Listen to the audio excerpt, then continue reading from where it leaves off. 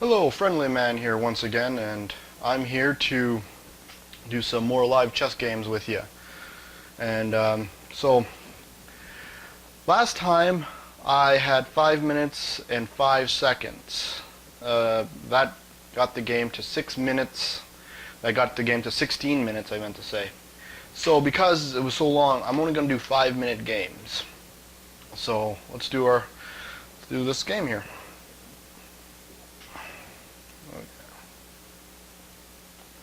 E4 is a good standard opening. Okay, he's playing the Alekhine. I like the 4 knights defense. Ooh, he plays it a little bit different. Okay, just keep on kicking out the knight. Some kind of strange knight sacrifice. That's okay.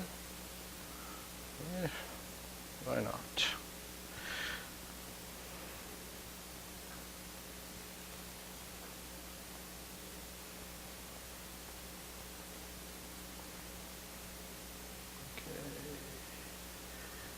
I'm going to try to self-castle myself.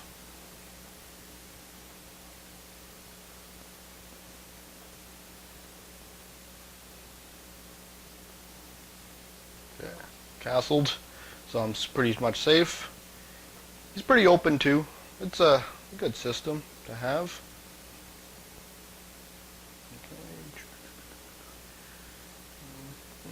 Okay, attack that weak pawn. I'm attacking the weak pawn so I can actually get my bishop out. I want to get my bishop to attack this thing. Okay, he puts me in check. Okay, that's okay. Okay, I'll attack the queen.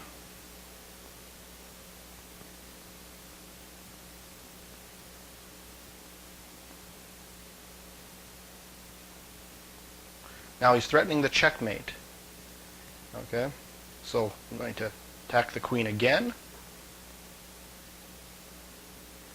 So I stop the checkmate and I attack the queen all at the same time. This is a good way to develop your attack. Stop one thing, but have your own attack at the same time. Put a question to the queen. Where's he going to go? I'm probably going to take the bishop after he moves the queen right here. So that's what I'm going to try to take. Okay, now I win a queen. Do you see how I win the queen?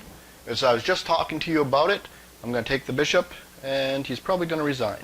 Check. Thank you, queen.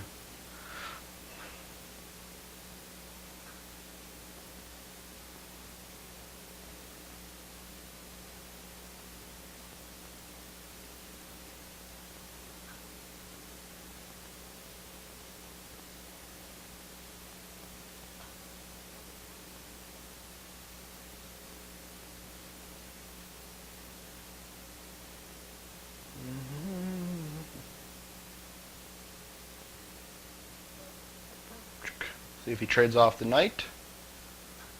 He does.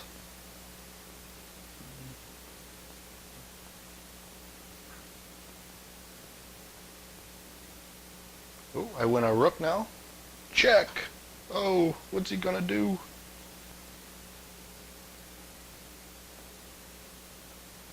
Only move. Now I have two moves here. I can move the bishop here and win the bishop. Or I can take here and then win the bishop with check, and then I'll win the rook. It's a pretty sweet maneuver no matter what I say. So I'm going to do it this way. I had two moves. I have tons of options.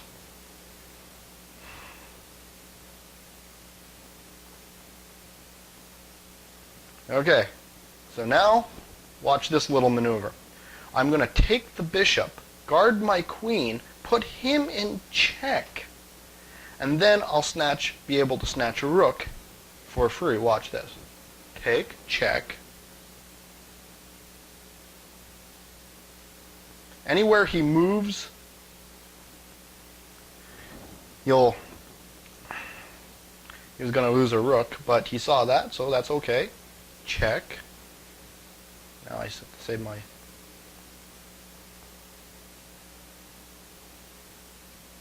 checkmate. there you go.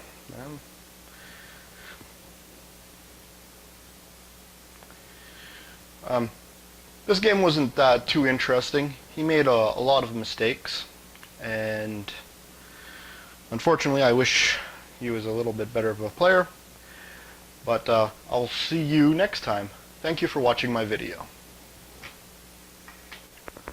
Hello, Friendly Man here once again, and last time the game that you're watching was actually done 2 months ago.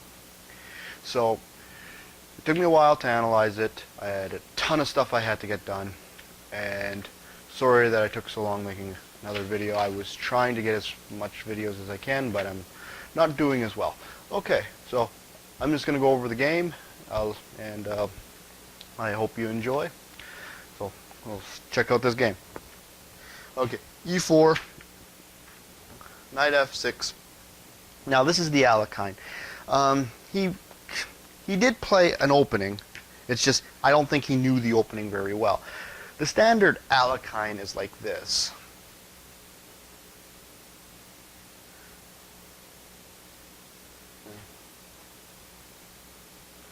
And this is like the four knights, the 4-pawn Alekhine. That's just pretty much the thing. There's other things that he could play, you know, with the Alekhine. Two. He can play something like this, and then he plays like this, or he plays this move. I've seen a lot of stuff played with the Alekhine. So Alekhine, I don't really like the Alekhine myself. It gives away the center, and in the olden days, you try not to give away the center. So that's the reason why you don't play the Alekhine. Okay, so anyways, Alekhine. Now, what is here?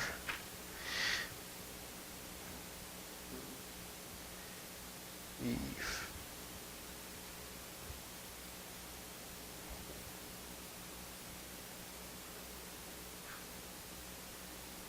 Did I play D3?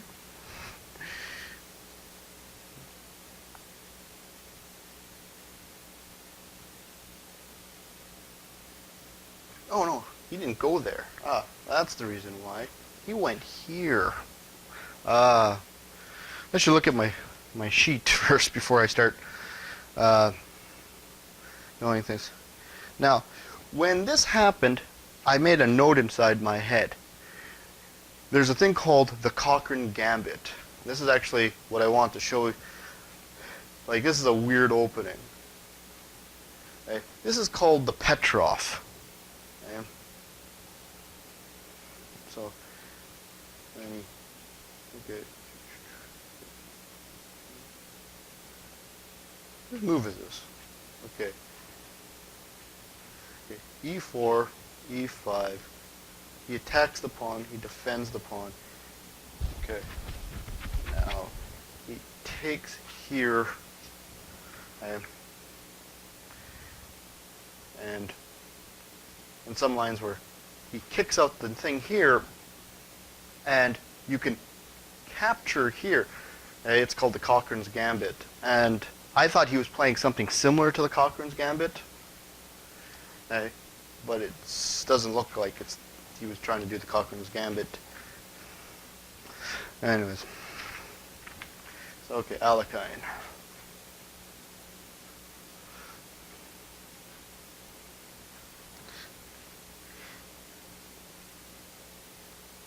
Okay, oh yeah. This is kind of a dubious move. That's what the book says. The better move to play was to play d4 right off the bat. And then he plays f6. Then I play bishop d3.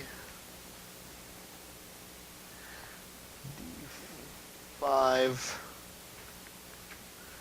Right. c3. Bishop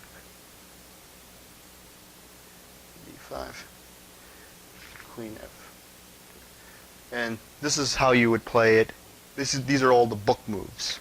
Okay, so this would be how two grandmasters or two masters would play. This is the setup they would get.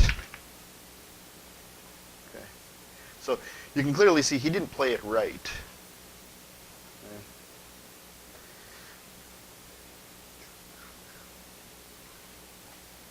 Okay.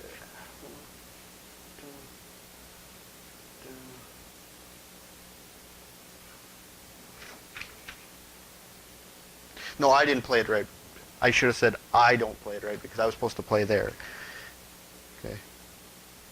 So instead of him taking here, the book move says to play this. Here, then here, then here. And that's book. So he takes here. Okay. So he's already kind of down a knight. There's no pieces that could check me or attack me in any way. So he's not really... This gambit doesn't really benefit him. When you sacrifice a piece, usually you sacrifice a piece so you can get your pieces out faster, or you can get me into a bad position. This doesn't do any of that. It just gives up a piece for no reason. So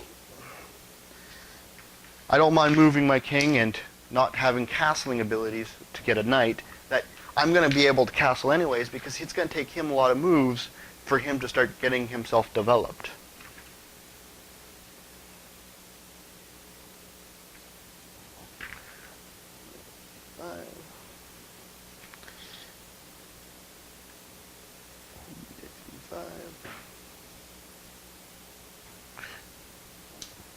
Queen takes d6.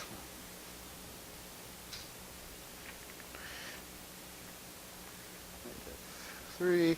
Now, the only reason why I was putting the knight to f3, I can get the castle and start taking over the center, and I'm worried about some checks like here and stuff like that.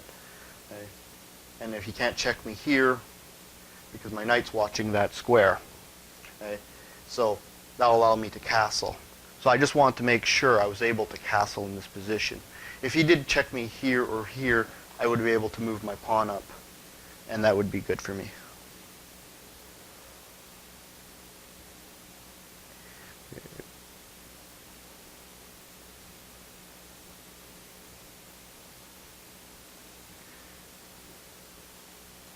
E6. So he wants to fianchetto his bishop.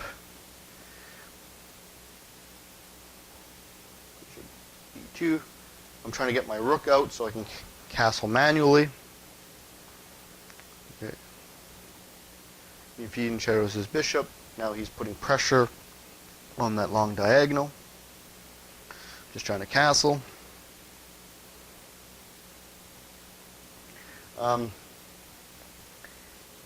Yeah, you can play this. This is alright. But this is not active. You can get yourself more active. You know what I mean? Like coming here. Okay. This is kind of a little bit too a passive. It's alright. It's not a bad move. There's nothing wrong with the move. You can play that. Okay. So now I'm castled manually. Okay. So I'm up a knight, and it looks like I have the exact same amount of pieces out that he has. So let's see. 1, 2, 3. Okay. 4. So he moved 4 pieces. Me, I moved 1, 2, 3, and the castling is part of the 3. Okay. So, and technically you would count this as 5. No, 3, 4. Yeah, 4. 4. Oh, and 5. So I'm like 5 ahead in moves, but I already have 1 move ahead, so we're equal. No, I'm still 1 move. 1, 2, 3. Yeah. And then after he castles, we'll be equal again. It's his move. Yeah.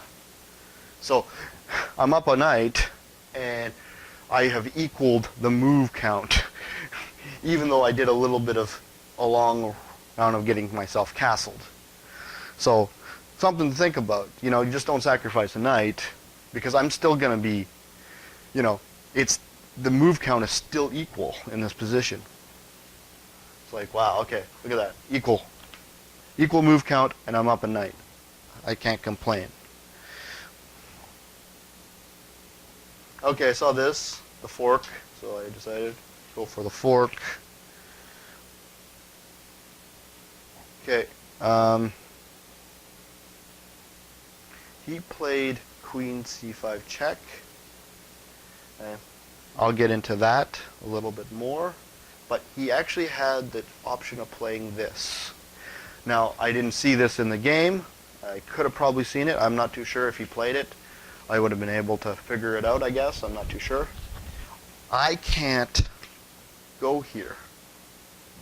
That's pretty neat, because he threatens the checkmate here.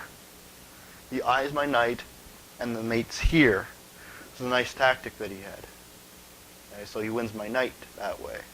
So you can play this to stop the fork.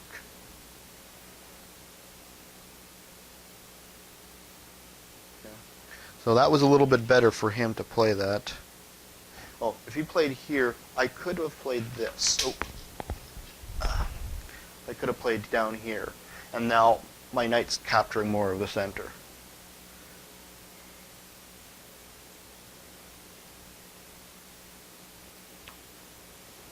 Okay, so here, that's here. See, first thing is, one of my old school teachers, chess teachers, used to say, this was like a hill. When you're on a hill, okay, you want to be on top of the hill, you know. Always capture the high ground. That's a good expression that I keep on looking at the screen. I should be looking right into the camera. I'm sorry. So I just moved my screen up so I don't look into the screen. So the best thing is, when you're up on the high ground, you can look over and see what your enemy is doing. Or if you're close to the action, you can rush them. Okay? So the top of the hill are these 4 squares. Okay? And what you try to not make me do is try not make me have for me able to put pieces in that square. See, I'm in check, but I can occupy that square. Now I have somebody that's over looking on top of the hill, and I free my bishop, giving my queen more room. That did a whole bunch of stuff for me, and I'm attacking the queen all at the same time. So sometimes it's a good idea is to multitask your moves together, you know, or multitask the thought together, so you could do more stuff. So this is why this is a good move. So queen d5. Better would probably be here, because yeah, you want the queen in the center sometimes. You know, that's like what I was saying, like the hill cup. But he's just too powerful. Like, I could bring my knight out, I can tap him a little bit and stuff like that. See, I couldn't bring out my knight because he actually is lining up for a checkmate. That's actually why I brought my bishop here. But now that allowed me to bring a strong piece into the center, you know. And now I'm, what's it called? I'm controlling the center. I'm dominating that center, and he doesn't have too many pieces that can go to that center at this moment in time. He would have to move the knight around, like to here, bring out the bishop. You know, the bishop's not doing anything. What always a grandmaster keeps on saying, your rook is sleeping. You got to wake him up, get him doing some stuff. So okay, so he has to start waking up his pieces a little bit. So he's threatening a checkmate. I saw that, of course, and so I played here. Now I'm attacking the. Better would probably be to play here. Okay, so of course he made a super double blunder. You know, 3 question marks. Playing this move, boom, okay, and nothing to say after this point. He's kind of lost here, and you know, he's down a queen. He has no real position or anything like that. So I just capture here, pick up the queen, he doesn't resign, of course, you know that. But this is actually where I'm going to stop the video. I'm not going to analyze after this. It's just, there's nothing really here anymore. You know. I tried a little bit hard because sometimes you don't, in situations like this, you get too relaxed and then you drop your own queen. I have done that a couple times in my life. So that's pretty much it. Thanks for watching my video. You know, I am going to try to get more videos like this in the future. Stuff like that. I got some other video ideas that I'm going to do. Probably it's going to be a month or something like that when I start doing more stuff. So you know, maybe check in a month or to see if I can get another video up.